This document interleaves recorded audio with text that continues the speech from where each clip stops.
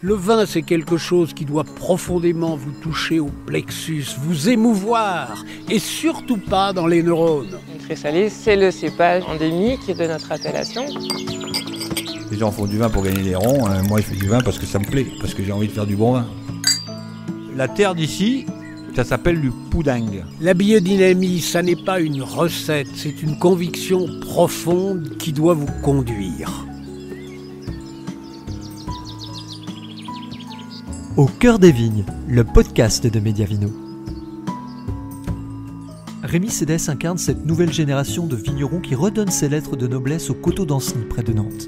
Si l'appellation est réputée pour ses blancs de pinot gris, lui mise avant tout sur le rosé et les rouges issus de Gamay. À travers 3 cuvées d'une justesse, d'une profondeur et d'une délicatesse remarquables, il exprime toute la sensibilité de son travail. Rémi Cédès, des Gamay à fleur de peau.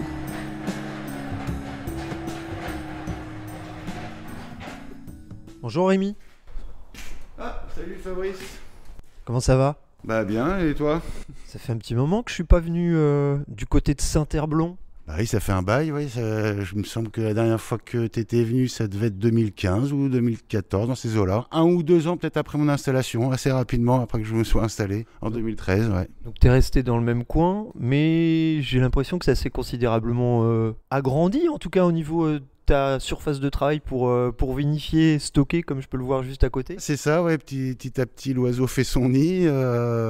Donc effectivement, j'ai commencé un petit bâtiment là qui me servait de cave, là, que c'était assez petit, mais j'arrivais à m'en sortir. Et puis après, les opportunités se sont un peu débloquées au niveau des bâtiments. Donc je me suis agrandi en profitant d'un bâtiment qui était déjà en place, qui était utilisé par un GAEC, qui faisait des pommes et des poires. On voit encore des palox juste à côté. Voilà, c'est ça, des beaux palax en bois, donc je m'en sers pour stocker les bouteilles. Alors toi, t'étais pas, je dirais, tu te destinais pas à t'installer du côté d'Ancenis, puisque, si ma mémoire est pas défaillante, t'as plutôt grandi du côté de Paris, toi. Et j'ai habité à Paris où j'ai fait mes études. Donc mes parents sont jurassiens, on est jurassiens, donc je passais mes vacances dans le Jura, on est tous d'origine jurassienne. Et mes parents en fait étaient les aînés. Et puis les aînés, on les envoyait à Paris faire les grandes études. On misait tout sur les aînés. Donc et puis mon père est amoureux de Paris, donc on a habité à Paris. Et après mon père est parti habiter à Douai. Et j'ai habité deux ans à Douai avec lui dans le Nord. Là, j'étais destiné à faire des études à la fac en biologie. Je voulais faire les eaux et forêts. Est-ce que t'étais l'aîné de ta famille, toi ? Ah non, je suis le dernier. C'est pas toi qui étais destiné à faire des grandes études, du coup. Exactement.